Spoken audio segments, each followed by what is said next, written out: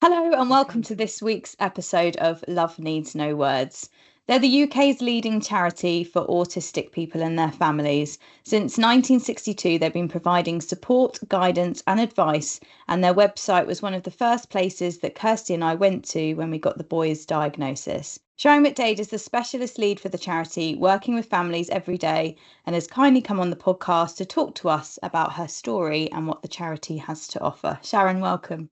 Thank you very much. I'm really excited to talk with you today and just share my kind of own professional and personal experiences of autism and just share some information that will be helpful to your listeners. Thank you. Sharon, the Autistic Society, it's such an important charity and there is so much helpful information on the website. But for those at the start of their journey, all that information can seem a bit scary and overwhelming. So Yeah, could you talk us through some of the things that the charity can do to help and support families? I'm really glad that you mentioned the website, and I'm so glad that it was useful to you when you're at the start of your journey. The National Autistic Society website, there's a hub of information. So we have our advice and guidance, and that is one of the main sources of evidence-based, research-based information about autism. It's based on the latest research, but it's also based on the experiences of autistic people and family members. So it captures everything. One of the things that would be really useful to people, especially if they're just thinking about whether or not a child or themselves may be autistic, is to go to our diagnosis hub. That's just been recently all redone, Mm. reinvigorated with like the fantastically well set out information that's much easier to use now. So there's information about what is a diagnosis, how you go about it, there's template letters, there's all sorts of things.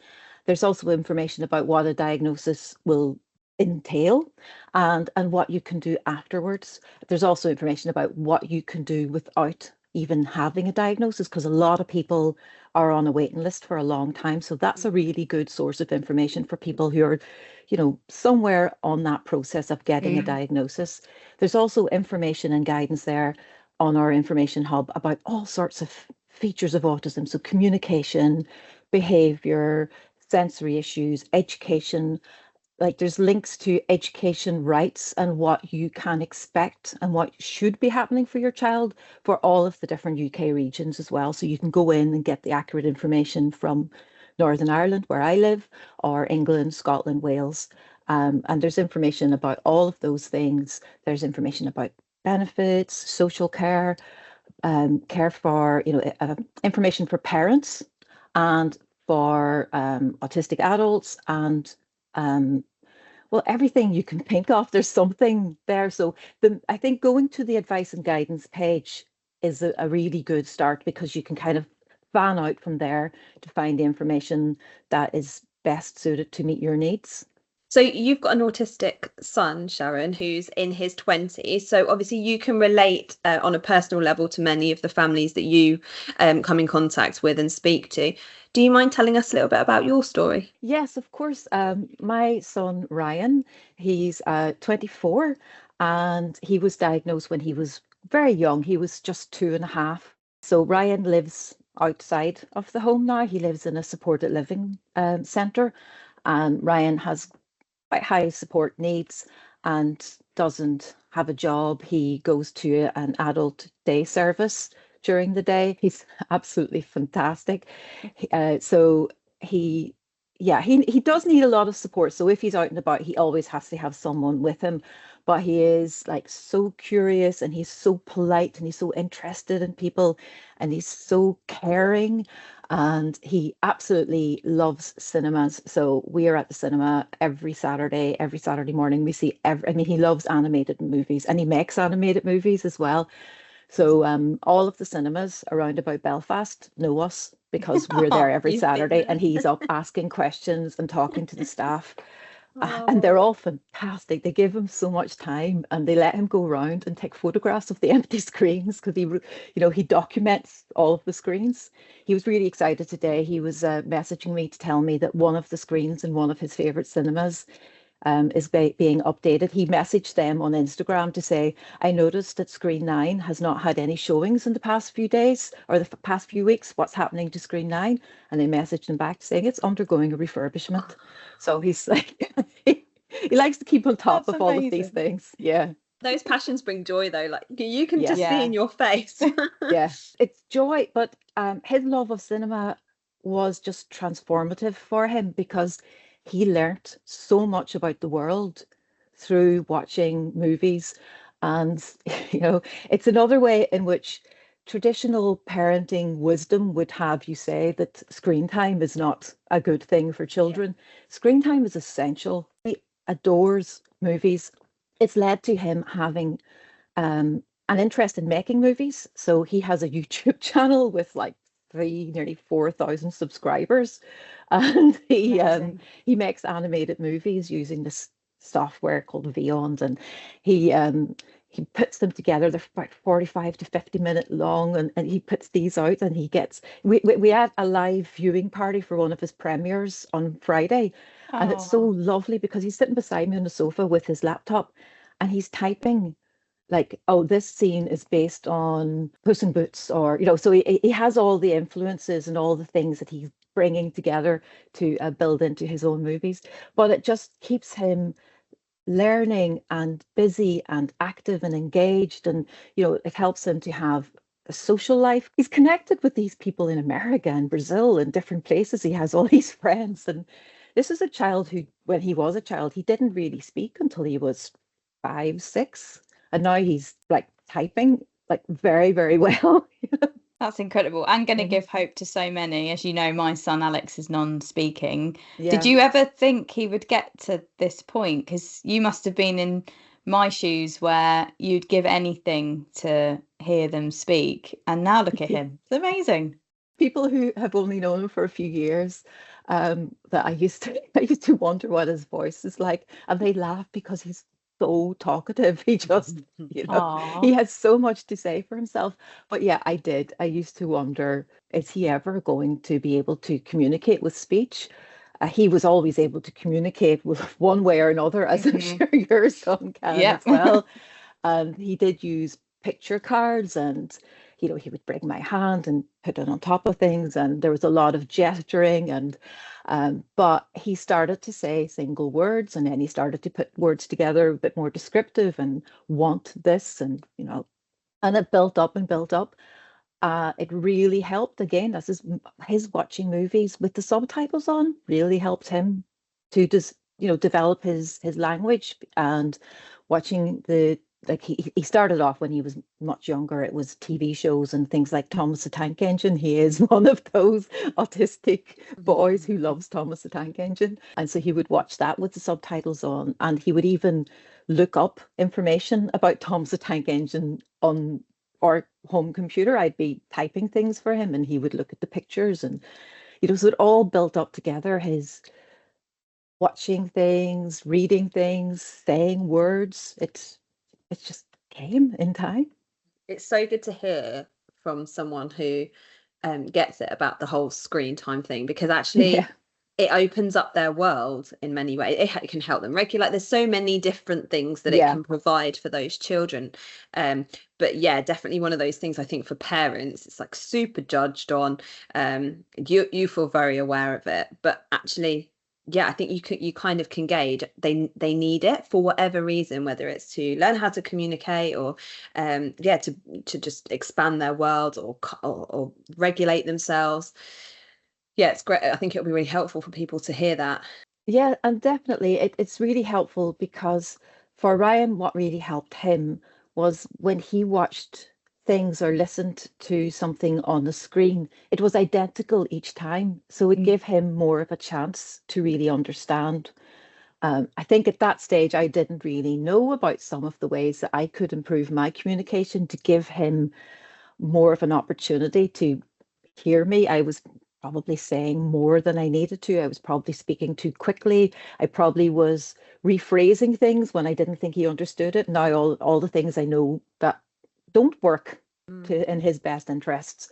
Whereas these lovely people in the TV, they said things exactly the same way every time. And I was like, why is he playing the same video over and over and over? He was listening. He was trying to figure it out. He was learning. It was really important for him to do that. You mentioned about the things that you felt you could have done differently. Is there information on the website, on the charity's website, about tips for communicating with your Yes. children? Because I often think, so my son is speaking, but often I think, he's not listening to me. Why is he not listening to me? He's just not listening. And we end up in this kind of battle. And I'm thinking, maybe I'm saying it in the wrong way, or maybe I'm phrasing it in the wrong way, or and so that would be really helpful. There's top tips for communication that is one of the things. There are some really great pages on communication.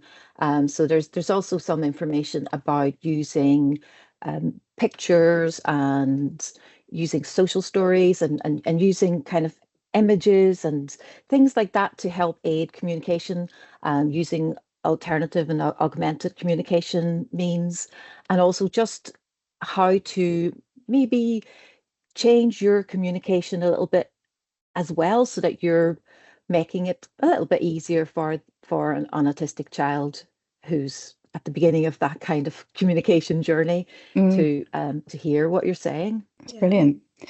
How do you think support has changed now compared to when your son was diagnosed? In some ways, it's got harder for parents, and in other ways, it's got a lot better. We definitely have a much better understanding of autism now than we did when my son was diagnosed. We are much more aware and accepting of neurodiversity and the variety of humanity, and in terms of neurology, as well as all the other ways in which people come in different shapes and sizes. And so we having that better understanding, and we also have learned a lot from autistic people who have shared their experiences. The research has started to focus more on how to improve the lives of autistic people, how people and families can live well with autism. When my son was diagnosed, the research seemed to really focus on avoiding autism. It was really, quite horrible. He was diagnosed at the middle of the MMR hype and about vaccines. So there was a lot of really damaging and harmful tropes about autism. So there's much more of an understanding and acceptance. But I think people have to work harder now to get the education that their children need. There's also seems to be a much longer waiting list for people to have a neurodevelopmental assessment, so that they can find out, what is actually happening with themselves or their children. So there are definitely things that are more difficult. I really hope that people will be able to make use of the resources like we have on our website and from other education advice services, so that they are empowered with the information about what their rights actually are, so they can go to the statutory services and, knowing their rights, make a case and be the squeaky wheel, or not like stand up for their children and for themselves, and be that advocate that their children need. And I know it's very, very draining, and I know that it's one battle after another, but you do get better at it. You start to learn the little tricks and techniques, and writing everything down and making notes of who you spoke to and what they said they would do. And if they said, oh, I'll come back to you in 3 months' time, then put it in your calendar to check in with them in 3 months' time. I think a lot of parents will recognize what you're saying, and the fact that they have to advocate for their children. I suppose coming and speaking to people like yourself and reaching out to the charity, they're looking for advice and guidance from yourselves. What have you found? Is there a sort of trend in the main concerns of parents that you speak to, or is it very diverse, the range of topics that they come to you with? Yeah, there are certain topics that people come to us about again and again. So diagnosis is always a really big one. Also education.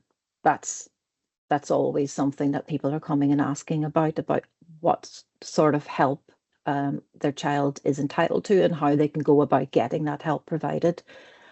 And behavior questions, so questions about distressed behavior and understanding the underlying reasons why a child might be behaving in ways that can be quite difficult. And there's also a lot of people coming to look about information about services and support and what's available to them in their area. So we have, like, for example, we have our branches all around the UK. There's branches in all sorts of regions. So people can go onto our website and look up local branches and put in their postcode to find the branch closest to them. We have also things like our online community. That's a really fantastic service as well. That's a community of, it's mainly autistic adults and also a lot of parents and professional people who just want to connect and discuss autism, ask questions, support each other, share advice and information that they have personally found helpful. It's also it's a social media type of site, so people will just go on and share interests and have fun and talk about their hobbies and have these really long, detailed conversations about like unique interests, which is fantastic as well. But that's another really good source of information because it's 24/7. And everybody gets support, and even if someone didn't get an answer from the community right away, the trained voluntary moderators will always signpost people to the right support. So if someone goes on in the middle of the night and goes, I can't cope with this, they will get an answer eventually. Someone will say, well, here's something on our website that will be able to help. And usually the community members go on and give some really good advice and information as well. That's really good. It's so helpful to know, actually, because I wasn't actually aware that was available. So that's really useful. And I guess it's twofold, isn't it? Because it's helping people in their hour of need, which we all have at points where we just think, I need to reach out to somebody. But it's also providing a forum for people to be able to connect, and that's really important. One of the reasons why Amy and I did this podcast in the first place was so that people didn't feel like they were the only person. And even though we do this, sometimes I feel like the only person in the world. So that that's peer really helpful. support is so valuable. Yeah, absolutely. Yeah. What's it like for you, Sharon, sort of being able to give back after, after your journey that you've been through and still going through? Oh, I mean, when I saw a job coming up with the National Autistic Society almost 9 years ago, that's how long I am with the organization, I was doing a job that I loved, and I just thought I have to go for this. This is just the job for me. Like when my son was diagnosed, I was supported by the National Autistic Society all those years ago. Like one of the first things that I did was the early bird program, which the National Autistic Society still runs.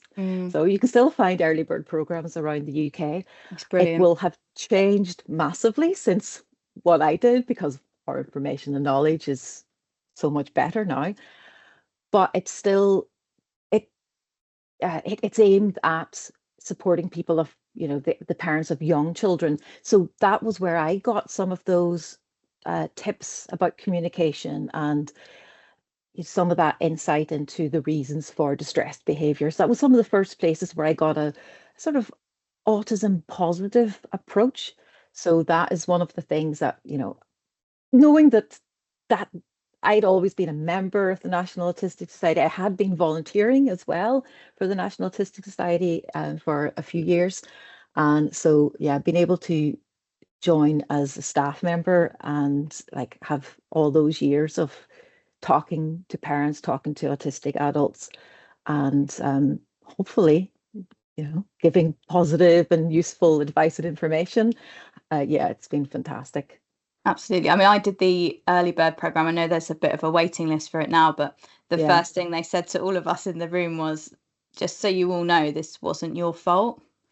And I remember just Right. being like, oh, like trying not to cry, looking around, and there were so many of us, and she put a box of tissues on each table because she knew She knew. all of us. Yeah, we were all at the start of our journey. We were Yeah. all Yeah. feeling like it was our fault, and it was just such a brilliant way to start because it just gave us all that reassurance that it was nothing we had done.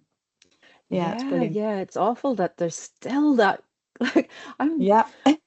so sad to hear that there's still mothers in particular are feeling that they maybe did something wrong. I mean, I think when my child was diagnosed, there still was a lot of mother blame going Mm. around, but yeah.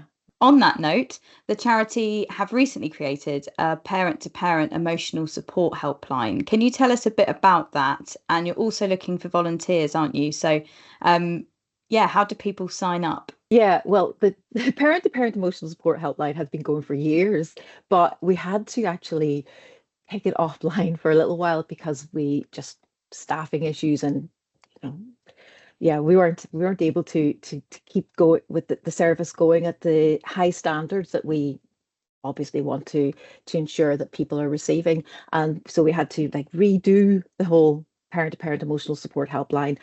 And so that is now in existence. And that is, I mean, I think it's a brilliant service. One of our volunteers recently got Volunteer of the Year at the Helpline's Partnership Award. So Wow. yeah, Angela, Amazing. brilliant for Angela. Well done, And Angela. Well done, Angela. yes, so yeah, so the phone calls are made to parents who go onto our website and leave their details on our web inquiry form by trained peer supporters. So all of the people making the phone calls are volunteers who are themselves parents of autistic children or autistic adults. So they're parents of people of all ages. So some of them have children in their 30s and some of them have young children. I don't think at the minute we have any parents of teenage girls or any dads. So we're particularly keen for Oh, dads to sign interesting. up as well. Because of course there's going to be some times where a dad would prefer to speak to another dad. If you go onto our website, I also can share with yourselves the link so you can share that with people. Yeah, I'd be please. really delighted. So it is quite an involved role because you obviously have to go through all of our very in-depth training, about autism to have that standard of knowledge that we expect from the National Autistic Society. And, so volunteers will be able to provide that service from their own homes, calling up people to talk to them about it's to talk to parents about what they are going through, how it is all affecting them. So our volunteers are asking parents, how are you? So it's not an advice and information service so much as that kind of listening ear. Support They're, system. yeah, and they can signpost to strategies and they can help people, find the bit of the website that has more information and advice and guidance on what they've discussed and what they've been going through, and they can discuss strategies and shared experiences as well, of course. So it's a really brilliant It's service. brilliant. I've already Yeah. signed up, haven't I, Sharon? So Yes, you have. Thank you so much, Amy. That's fantastic. Yes. just wanted the praise there. Yes. Well Pat on the deserved back for praise. me. Yeah. Oh dear. What advice do you have for parents at the start of their journey? Oh, that's a very good question. So apart from the advice to go onto the National Autistic Society website and sign up for our online community and things like that, I think it is take a breath. You can do this. You're the parent your child needs. You will know more about what your child needs than any other person. I always talk to parents and say, I can give you information about autism and I can send you resources and links to the different bits of our website, that cover what we've discussed. But I don't know your child. You do. You're the expert on your child. So just have that faith in your ability to be a parent. And that doesn't mean that you're always going to get it right because who does? Um, Try not to feel bad about not what you didn't know earlier, because so many parents, especially if their children are diagnosed a little bit later, maybe in their teens or even older, they think, oh, I should have done this differently and I should have done that differently. You were doing the best you could with the information you had at the time. So it's just trying to develop an autistic friendly way of parenting, working out what your child needs, what your family needs, not following the crowd and not keeping up with trends and what other people's expectations. I also recommend developing a very strong force field to just not let the stares and the tuts of other people get to you. Just ignore them. They are not important people. Yeah, I would have had some people shake their head and reproachfully at myself and my son when we were just going about like living our lives, but he has as much right to be out and about in the world as any other person. And if he's stimming and twirling and, you know, making lovely little noises or narrating his day, like that's fine. He's not doing anything harmful. And even if he was having a, you know, like even if he was in a situation where we've maybe stayed out too long and he got distressed and he had a meltdown, he still has that right to be out there. Like the world is difficult for autistic people. We live in a world that's optimized for non-autistic people, so it is more difficult. Like there are a lot of barriers that autistic people are dealing with. So yeah, we do our best to try and understand those barriers, understand our children's needs, and get the support we can from the different people in our lives, the different organizations like NAS and other organizations, and from listening to podcasts like yours, like so much brilliant information in your podcast. Like I'm definitely going to be sending people your way also, and just get that good information that will help you to be able to build up your own understanding and knowledge so that you can be the parent your child needs. Sharon, you are so empowering. You are Oh, good. empowering. Yeah. Thank you and so much. It's brilliant. This is Oh, just thank on you. a very like final last note. I was proud of myself today, and I want to take a tiny moment to recognize that, because the message that you just gave about not letting the tuts and being aware of, you know, other people, you know, of the judgment and stuff. My son had a meltdown the entire way from school all the way home. He was being very loud, very vocal, and I stayed calm, and I didn't at one point think, what's everyone thinking about me? I was just very much focusing on him. That's the first time that that's ever happened. And I think that's because of these messages that we keep hearing from people like yourself, Sharon, who've been in that situation, who have all the experience because you've been through it and you've grown the thick skin. If you know, so it helps, and it's important. So these messages need to be heard by people, I think. Well done to you for that. Thank you. Well done, Kirst. That's amazing. Just a moment. It's not been an easy day, but you know, that was a small win.